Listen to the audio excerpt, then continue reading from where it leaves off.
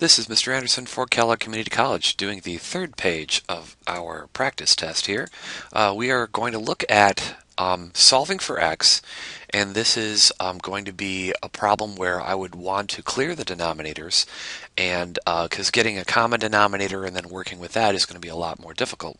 So to clear the denominator, we have to first of all find the lowest common denominator here. And so in this problem, our LCD is going to be x plus 1, x minus 1.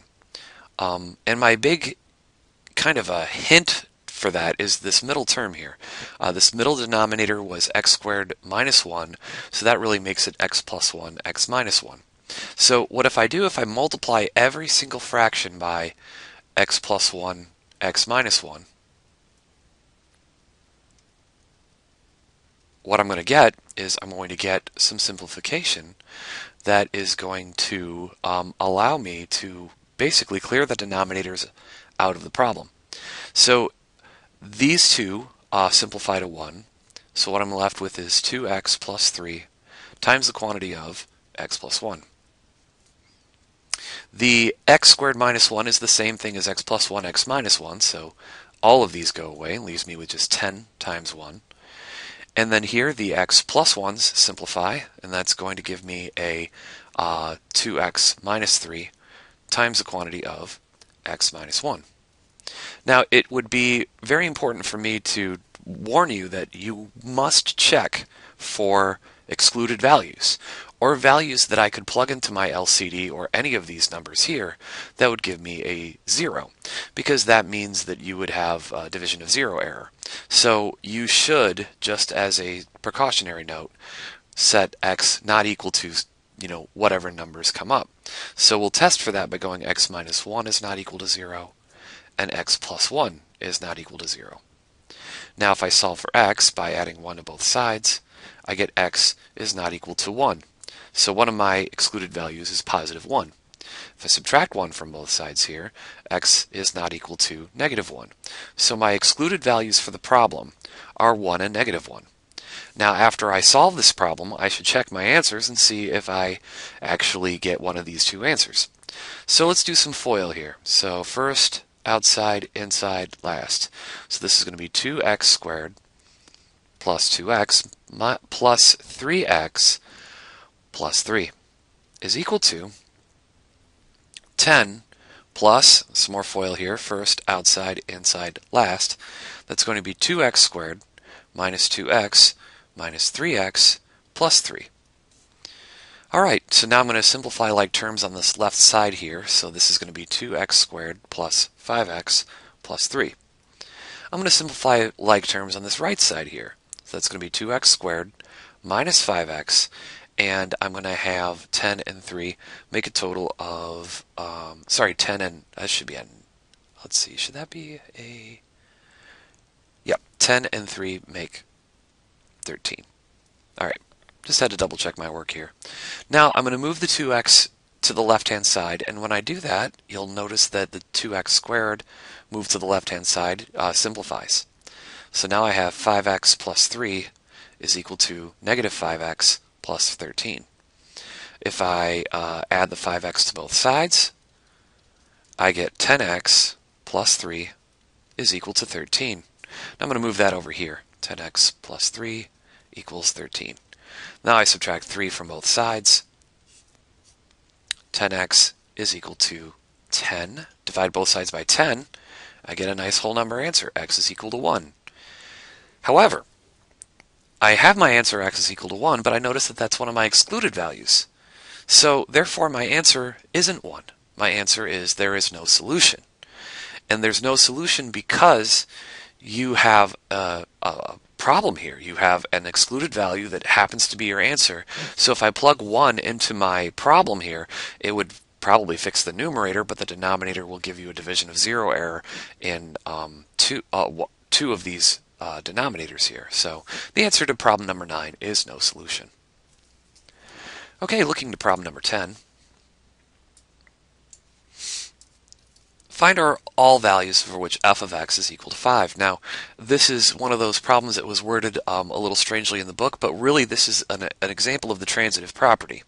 The transitive property says if f of x is equal to this, and f of x is equal to this, then this is equal to this. Or if a is equal to b and b is equal to c, then a is equal to c. So what we're going to do is set these equal to each other. X plus 8 over x minus 5 is equal to 5. Now, it would be good to, again, off to the side here, find out my excluded value here by adding 5 to both sides. X is not going to be equal to 5. That's my excluded value. So if I get an answer of 5, I'd have to throw it out and say there's no solution to this problem. So what I'm going to do here is clear the denominator because I don't want to work with fractions, so I'm going to multiply both sides by x minus 5. This is the same thing as cross multiplication because there's technically a 1 underneath here, but clearing the denominator is the way that I've been expressing how I do these, especially when cross multiplication is not possible. Okay, so 5 times x minus 5, this gives me 5x minus 25, x plus 8. I'm going to move the 5 to the left side here, so subtract the 5x.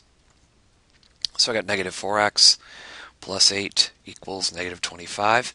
I'm going to rewrite the problem because I ran out of room, but I don't want to write too small for YouTube here. Subtract 8 from both sides. Negative 4x is equal to negative 33. Divide both sides by negative 4. The negative 4's simplify. X is equal to positive 33/4. You can turn that into a decimal, you can keep it as a fraction.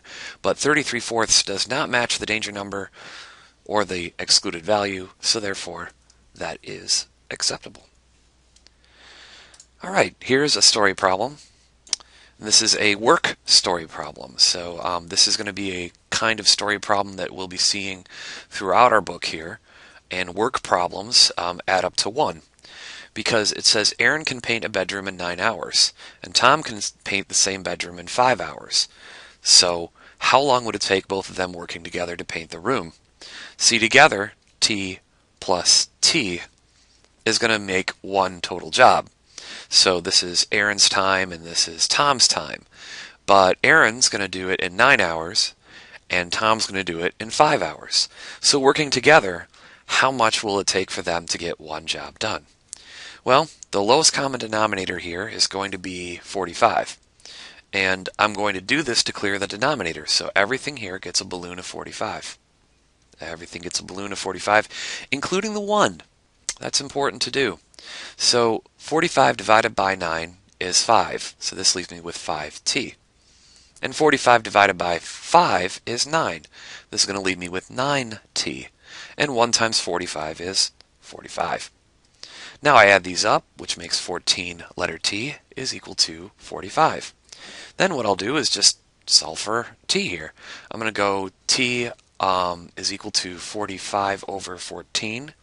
And you can turn that into a decimal if you like. It seems like this would be a little bit easier with decimals to explain your answer because it's going to take, I'd say, a little bit over 3 hours to take care of this problem here. So this is your time for both of these people combined to do the problem. So that will be great. So you'll notice that, I mean, in terms of logic of the problem, if it takes Tom 5 and it takes Aaron 9, it would make sense that the answer would be under 5 of the problem there. So there we go. All right, so the next problem that we're going to have is distance equals rate times time problem, or a DRT. And we know that because these are things moving up and down rivers and such. This is the current in the lazy river moves at 4 miles per hour. Monica's boat motors 6 miles upstream, the same time it takes 12 miles downstream. What is the speed of the boat in still water? So what you would do, and this grid will probably be on your test somewhere, we're going to set up our distance equals rate times time. And she's moving up and down the river. So the first thing we need is to know that Monica's boat motors 6 miles upstream in the same time that it takes to move 12 miles downstream. So the speed, though, that we know that the river goes is 4 miles an hour. So we don't know how fast the boat is traveling, but we do know going up the river it will travel 4 miles per hour slower. And down the river it's going to travel 4 miles per hour faster. Now the big question is what's t going to be equal to? Because we don't really know the time here, because it's because but we do know that the t is the exact same variable. So t and t are going to be the same because it says the boat motors 6 miles upstream in the same time it takes it to motor 12 miles downstream. All right, so here's the equation we have. We've got the upstream equation, which is 6 equals parentheses r minus 4 times t. And we also have this equation, 12 is equal to r plus 4 times t. Now, the way that we can get this to a solvable equation is if we take the two equations here and here, or these equations, and we are going to get t all by itself. Now, I can rewrite the first line here by dividing both sides by r minus 4. And then I can get this equation to look a little different, get t by itself, and divide both sides by r plus 4. So now I have this equals t and this equals t. Well, this is another application of the transitive property. This is equal to t and this is equal to t. Therefore, this is equal to this. And all we have to do is solve for r. Now to solve for r, we are going to clear the denominator. So this is going to be r minus 4, r plus 4. And this is going to be r minus 4, r plus 4. Alright, so sorry that my 4's got a little bleed over there. Okay, so we do some canceling here. So this is going to be 6 times r plus 4. Oh, why is it doing that? And then this is I'm going to cross out the r plus 4's here, and this is going to be 12 times the quantity of r minus 4. All right, we're going to do some distribution here. So this is going to be 6r plus 24. This is going to be 12r minus 48. We're just going to solve for r because that's going to be the speed of the boat in still water. Subtract 6r from both sides. I'm going to move my r to the right-hand side here. So I got 6r. I'm going to add my 48 to both sides. And you should also know you're probably going to get positive answers for these, since that would make sense. 24 and 48 make a total of 72. And 72 divided by 6 is going to give me my r, and that is going to be 12. To get the credit for this problem, you do have to show your work. You can't just guess and check until you get to an answer that fits in the problem. So the rate of the boat in still water is 12. That means upstream we only went at a rate of 8 miles an hour, but downstream we went at a rate of 16 miles an hour, and that's how we could go so much further downstream in the same amount of time as going upstream. Well, thanks for watching the video.